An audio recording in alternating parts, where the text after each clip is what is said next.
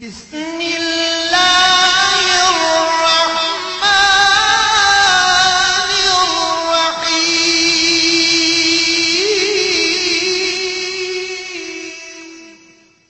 الحمدللہ رب العالمین والصلاة والسلام علی سید الانبیاء والمرسلین اما بعد فاعوذ باللہ من الشیطان الرجیم بسم اللہ الرحمن الرحیم وقال اللہ تبارک وتعالی کما ورد فی سورة الاحزاب ان اللہ وملائکتہ یصلون علی النبی یا ایہا الذین آمنوا صلوا علیہ وسلموا تسلیما الصلاۃ والسلام علیک یا سیدی یا رسول اللہ وعلی آلک وصحابک یا سیدی یا حبیب اللہ۔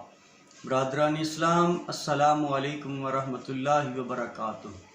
آج آپ کے سامنے درود و سلام کی فضیلت بیان کی جائے گی، اور جن درود و سلام پڑھنے والوں پر اللہ اور اس کے محبوب صلی اللہ علیہ وسلم کی کرم نوازیاں ہوئیں، ان کے چند ایک واقعات آپ کے گوش گزار کیے جائیں گے۔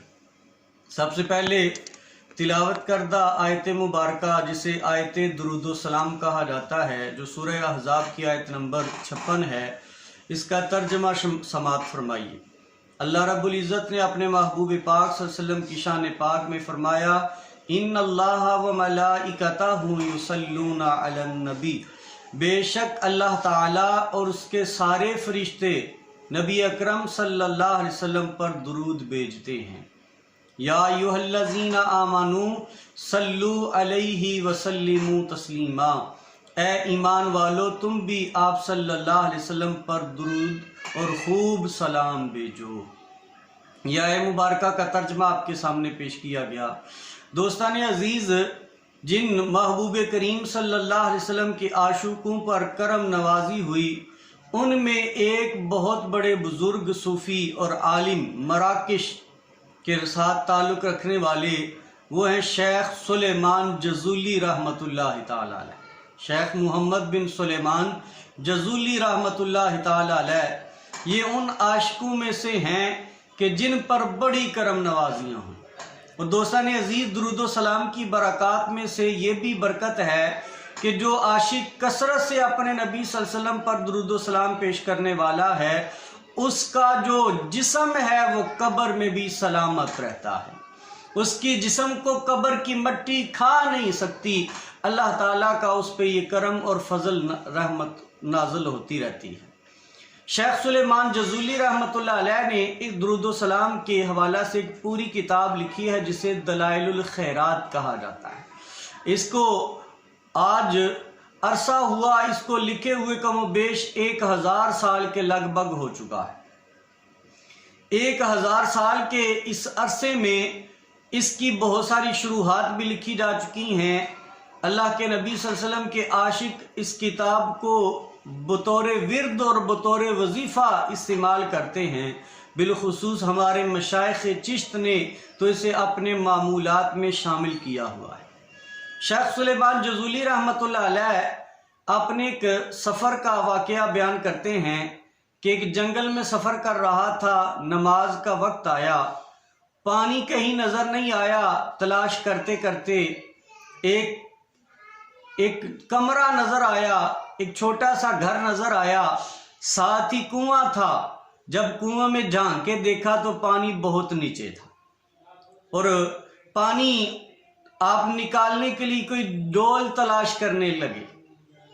اتنی دیر میں کیا دیکھا کہ ایک بچی ایک کمرے کی چھت کے اوپر کھڑی ہے، 10-12 سال کی وہ معصوم بچی ہے۔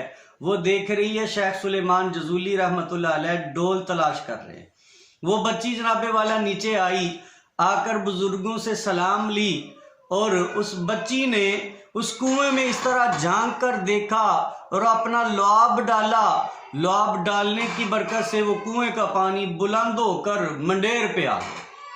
جب پانی کنارے پہ آیا، اس بچی نے کہا، اے محمد بن سلیمان جزولی، آپ وضو کر کے نماز پڑھ لیجئے۔ شیخ سلیمان جزولی رحمۃ اللہ تعالی علیہ بڑے حیران ہوئے کہ میں تو ڈول تلاش کر رہا تھا، رسی تلاش کر رہا تھا، اور یہ کیسی باکرامت بچی ہے، اس کے دیکھنے اور اس کے لعاب ڈالنے کی وجہ سے کنویں کا پانی اوپر آ گیا ہے اور میں نے وضو کر لیا۔ حتیٰ کہ شیخ سلیمان جزولی رحمۃ اللہ تعالی علیہ نے وضو کیا، جب وضو کیا تو اس بچی سے مخاطب ہو کر کہنے لگے، اے بچی بتا، یہ تجھے اللہ نے عزت اور کرامت کس وجہ سے عطا کی ہے کہ تیرے دیکھنے کی وجہ سے پانی بلندی پہ آ گیا ہے؟ تیرا عمل کیا ہے؟ تو کرتی کیا ہے؟ وہ بچی عرض کرنے لگی، اے محمد بن سلیمان جزولی رحمت اللہ علیہ، میرا اور کوئی عمل نہیں ہے، میرا عمل یہی ہے کہ میں اللہ کے محبوب حبیب کبریا صلی اللہ علیہ وسلم پر اٹھتے بیٹھتے جاگتے سوتے درود ہی پڑھتی رہتی ہوں۔ شیخ سلیمان جزولی رحمت اللہ علیہ فرماتے ہیں، یہ واقعہ اور بچی کو درود و سلام کی وجہ سے جو اللہ نے عزت عطا کی، اتنا اثر ہوا، میں نے دل میں ارادہ کر لیا کہ انشاءاللہ تعالیٰ اب درود و سلام کے حوالہ سے ایک پوری کتاب لکھوں گا۔ تو شیخ سلیمان جزولی رحمت اللہ علیہ نے پھر دلائل الخیرات کتاب لکھی۔ جب آپ کا وصال ہوا، مراکش میں آج بھی آپ کا مزار پر انوار مرجع خلائق ہے، اور جس طرح حضرت داتا علی حجویری رحمت اللہ علیہ کے مزار پر انوار پر رش ہوتا ہے، عاشقوں کا ہجوم ہوتا ہے، صبح و شام دن رات وہاں اللہ کے بندوں کا وہاں رش اور بھیڑ اور ہجوم نظر آتا ہے، اسی طرح مراکش میں شیخ جزولی رحمت اللہ علیہ کے مزار پر بھی یہی منظر اور یہی ہجوم نظر آتا ہے۔ آپ کے بارے میں آپ کے سوانح نگاروں نے لکھا ہے، بلکہ مولانا اشرف علی دانی صاحب جو علماء دیوبند کے اکابر ہیں، انہوں نے بھی اپنی کتاب جناب والا جو اولیاء کے حوالہ سے انہوں نے لکھی ہے، اس میں اس واقعہ کا تذکرہ کیا ہے۔ اس میں شیخ تھانوی صاحب لکھتے ہیں کہ 77 سال بعد سیلاب آیا اور سیلاب کی وجہ سے آپ کی قبر مبارک کھل گئی، اور پھر لوگوں نے منظر کیا دیکھا، مٹی جب ہٹ گئی تو شیخ سلیمان جزولی رحمت اللہ علیہ کو وصال کیے ہوئے 77 سال گزر چکے تھے، لیکن آپ کا جسم بھی سلامت تھا، نہیں آپ کا کفن بھی اسی طرح سلامت تھا، جسم اور کفن سلامت تھا۔ اور اسی طرح جناب والا جب آپ کے جسم مبارک کو وہاں سے نکالا گیا تاکہ دوسری جگہ منتقل کیا جائے، تو اس کے بعد انہوں نے کیا دیکھا کہ آپ کا جسم مبارک بالکل تر و تازہ سرسبز و شاداب نظر آ رہا ہے، یوں لگتا ہے کہ جیسے ابھی آپ کا وصال ہوا ہے، حتیٰ کہ آپ کو 77 سال گزر چکے تھے۔ وہ ایک شخص نے آگے بڑھ کے آپ نے جو خط بنوایا تھا وہ خط بھی اسی طرح تازہ تھا، آپ کی داڑھی مبارک بھی اسی طرح تر تھی، اور آپ کی داڑھی مبارک اور آپ کے جسم مبارک سے خوشبوؤں کے ہلے اٹھ رہے تھے۔